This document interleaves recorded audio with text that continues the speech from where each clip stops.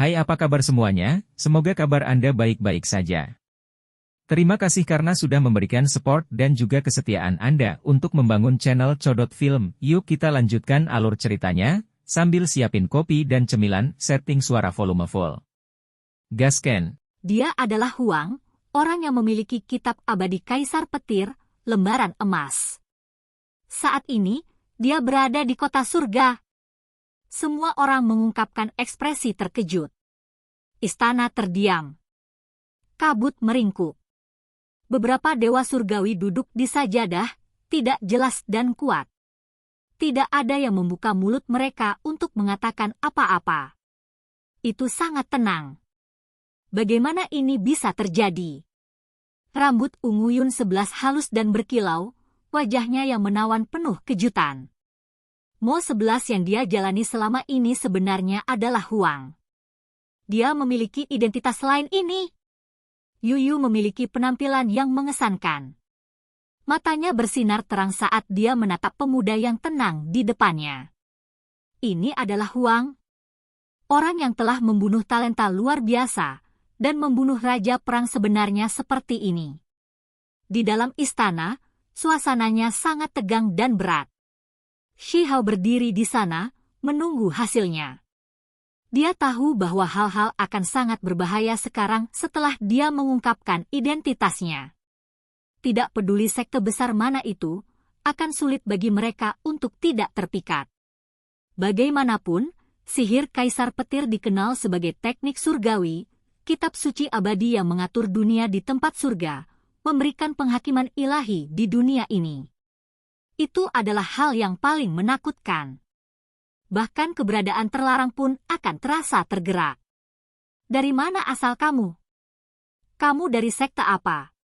Salah satu dewa surgawi yang dikelilingi oleh kabut berbicara dengan tenang tanpa ada fluktuasi dalam suaranya. Kabut kacau di dalam istana kabur. Ada tekanan besar di sini. Saya datang dari kedalaman terlarang yang tidak berpenghuni di luar 3.000 provinsi.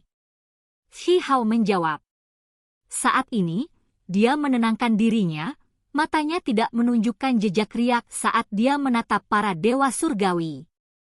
Ketika kata-kata ini diucapkan, tidak ada satupun di antara tokoh tingkat yang lebih tinggi dari klan surgawi yang tidak terguncang. Namun, sebagai dewa surgawi, mereka memilih untuk tidak menunjukkan kegembiraan atau kemarahan di wajah mereka. Mereka masih terlihat tenang, tetapi gelombang besar mengaduk di dalam hati mereka.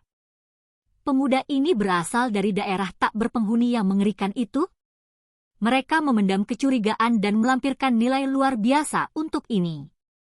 Itu karena tempat itu mewakili yang aneh, kuat, menakutkan, dan misterius.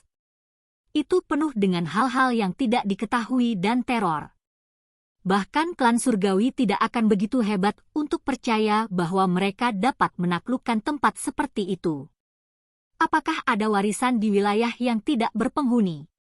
Dewa surgawi berbicara, tidak mengungkapkan emosi manusia. Klan saya tinggal di dalam, tetapi saya tidak bisa membicarakannya.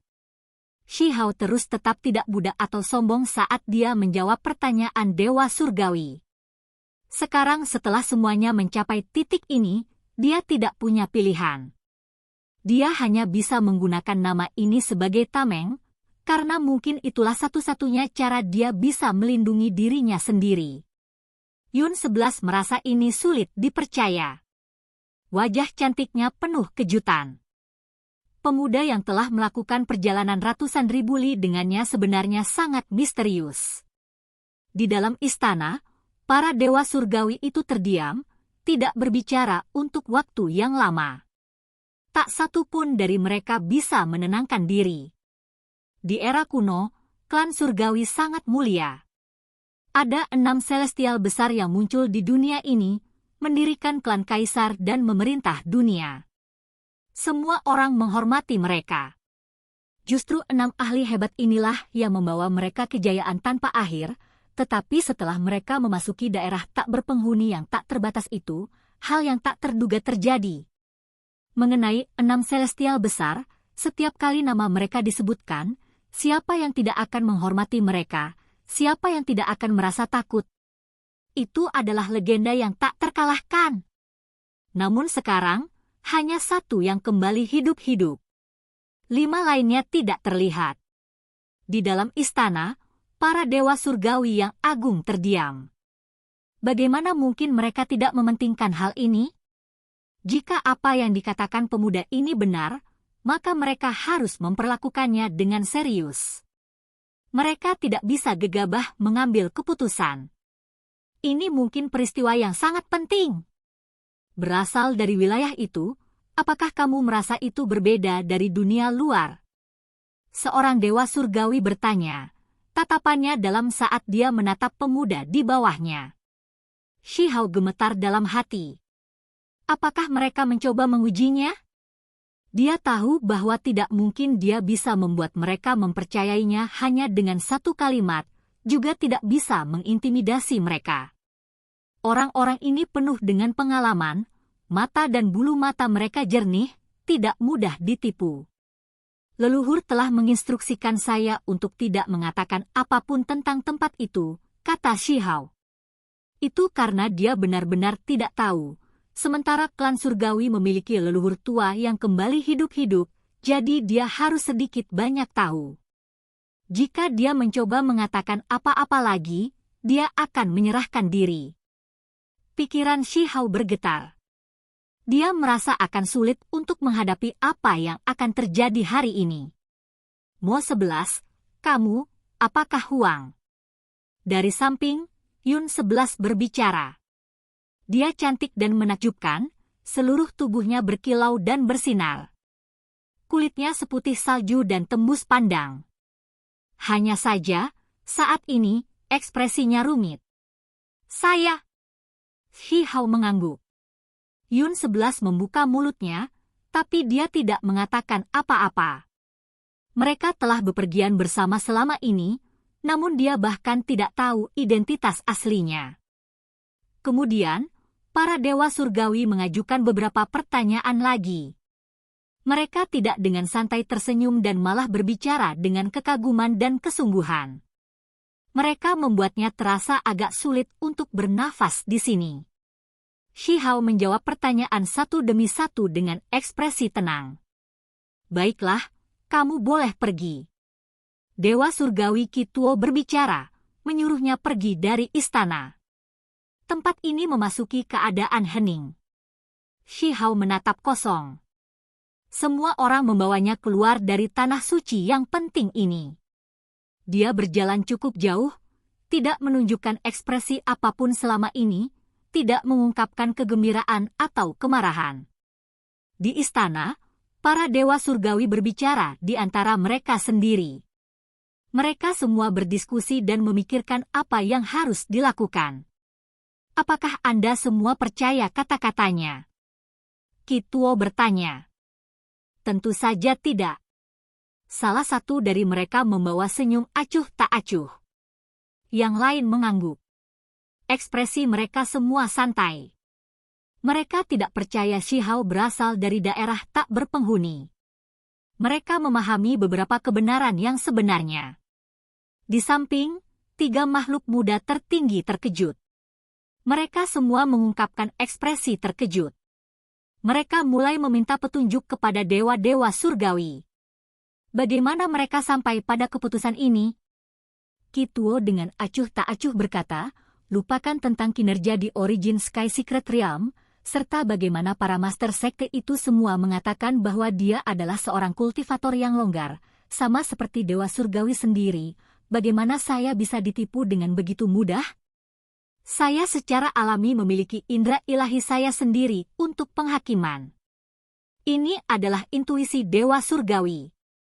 Mereka dengan hati-hati berpikir untuk diri mereka sendiri, dan mereka selalu merasa, melalui indera ilahi mereka, bahwa kata-kata Shi Hao tidak benar.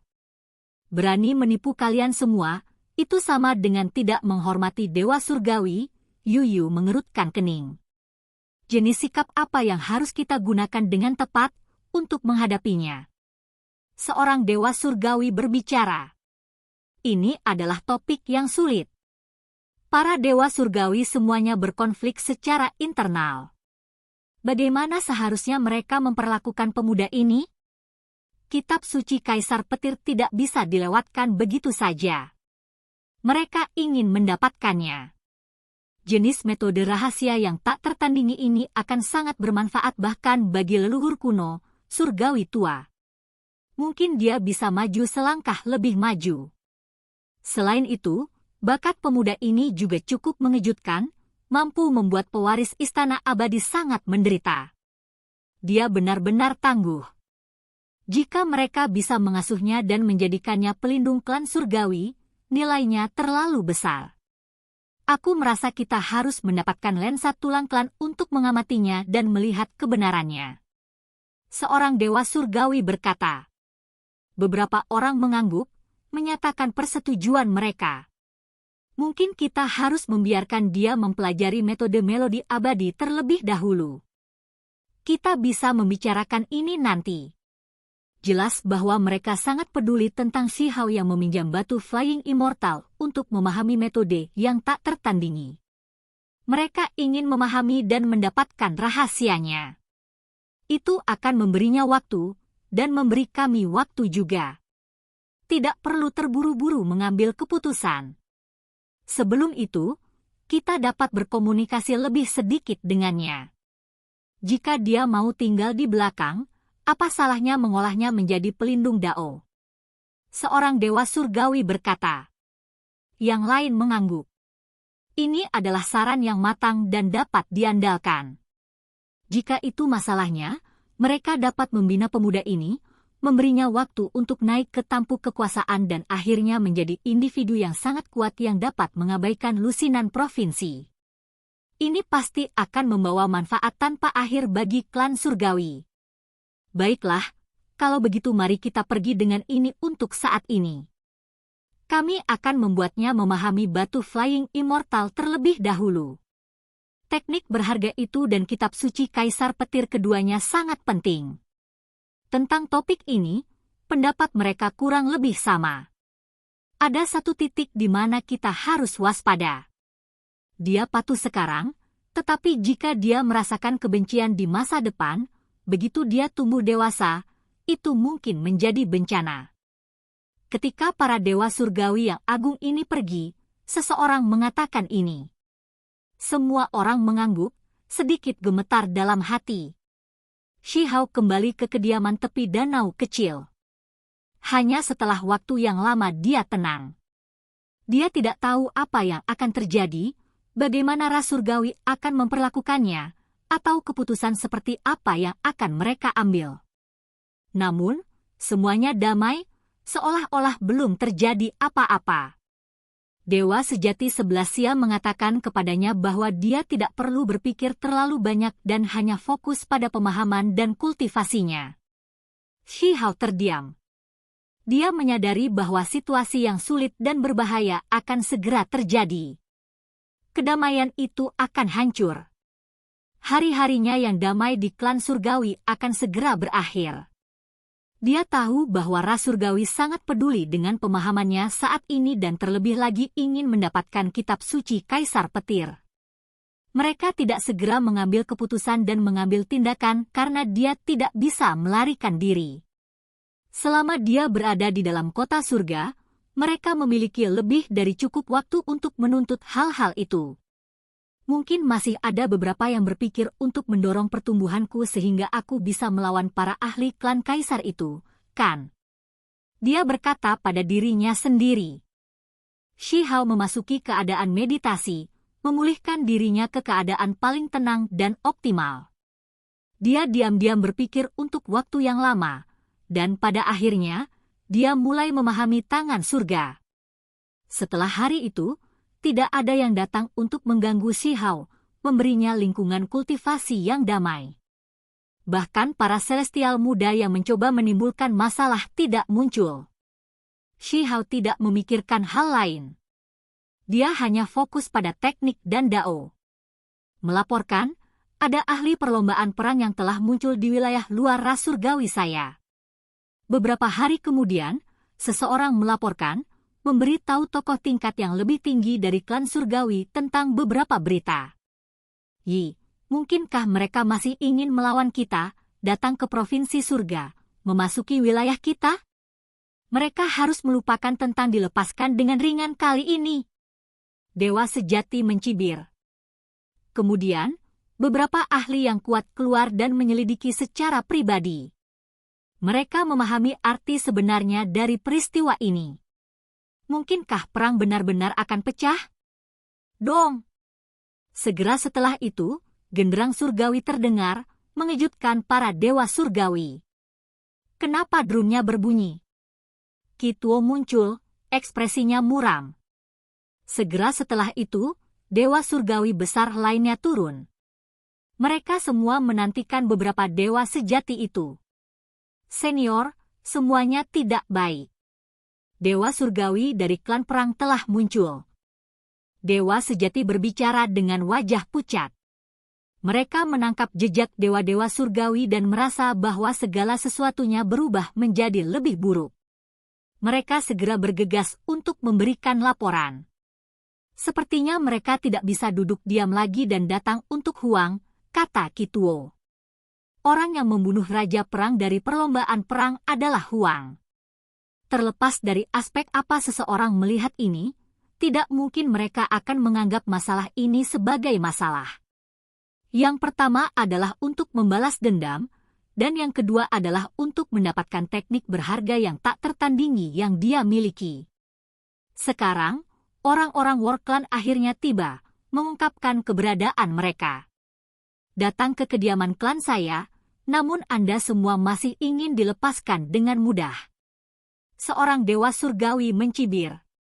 Niat membunuh tak berwujud merasuki udara. Mereka pasti akan membalas dan membunuh para ahli klan perang. Terakhir kali, mereka disergap di dataran darah, menyebabkan mereka sangat menderita.